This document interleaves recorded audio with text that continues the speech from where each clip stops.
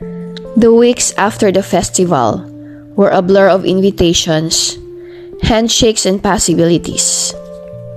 Word of Luca's performance spread quickly, and he was approached by festival organizers and musicians who wanted to collaborate. For the first time in years, his music wasn't just a solitary endeavor. It was part of something bigger. Pia, too, found her work taking on a life of its own. The photos she captured during their travels caught the eye of a traveling gallery curator who had been at the festival. By the end of the evening, she'd been offered a spot in an international showcase. It was everything they had dreamed of, and yet it came with a challenge they hadn't anticipated. One quiet evening, they sat in their rented room overlooking the town square. Luca strummed his guitar absent-mindedly, while Pia sorted through her photos.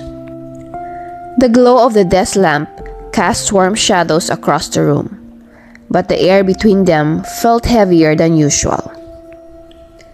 "You've been quiet," Pia said, breaking the silence. Luca set his guitar aside and leaned back in his chair. "Just thinking.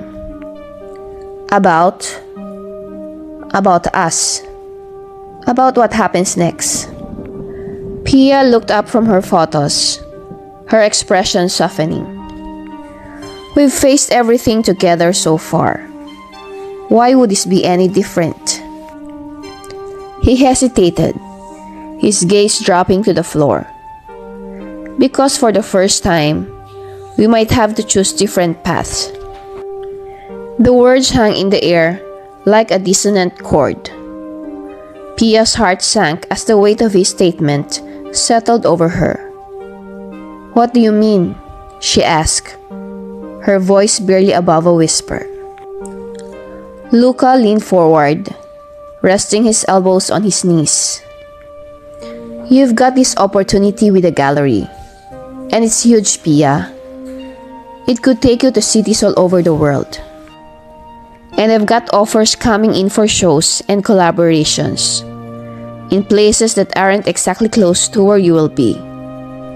Pia swallowed hard, the reality of their situation sinking in. They had always been on the same journey, their path intertwined. The idea of diverging felt impossible. "Are you saying we should stop?"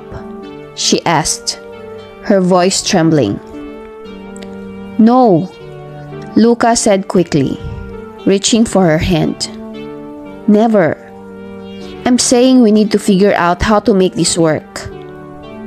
I don't want to lose what we have, Pia, but I also don't want to hold either of us back." She nodded, her tears threatening to fall. "I don't want to lose us either." They sat there in silence, their hands clasped together as they wrestled with the unknown. The following weeks were filled with plans and compromises. They decided to take their opportunities, but promised to stay connected, no matter the distance. Luca booked a series of shows across Europe, while Pia prepared to travel with the gallery exhibit. Their last night in the mountain town was bittersweet. They climbed to their favorite overlook, where the lights of the village sparkled like stars below. Luca brought his guitar, and Pia carried her camera. "This feels like the end of something," Pia said as they sat on the edge of the overlook. "It's not the end," Luca replied, his voice steady. "It's just a new verse in our song." He began to play softly, the melody tender and filled with longing. Pia watched him through her lens, capturing the moment. The way his fingers moved over the strings, the way the wind tousled his hair, the way the moonlight softened his features. When he finished, he looked at her, his expression earnest. "Wherever we go, Pia, we'll always find our way back to each other. She set down her camera and leaned into him, their foreheads touching. Promise, we won't lose this. I promise, he said, his voice a whisper against her skin. They stayed there until the first light of dawn painted the sky, the world waking up around them. Months passed, and though they were miles apart, they stayed true to their promise. Pia's photographs from the gallery tour gained acclaim, her work praised for its raw emotion and storytelling. Luca's music flourished, his performances drawing crowds who connected with the soulfulness of his songs. Every night, they called each other, sharing stories of their days, their triumphs, and their struggles.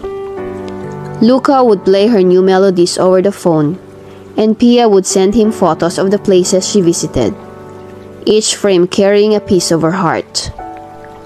One day, as Pia stood in the bustling Parisian gallery, surrounded by her work and the murmurs of admiration from the crowd, her phone buzzed with a message.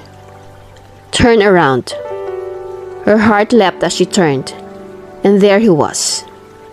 Luca stood at the entrance, his guitar case slung over his shoulder, a bouquet of wildflowers in his hand.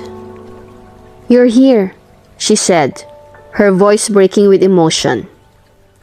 I told you, he said, stepping closer. I'll always find my way back to you. They embraced, the noise of the gallery fading away as they held each other. In that moment, Pia realized something. Their journey wasn't about the places they went or the paths they took.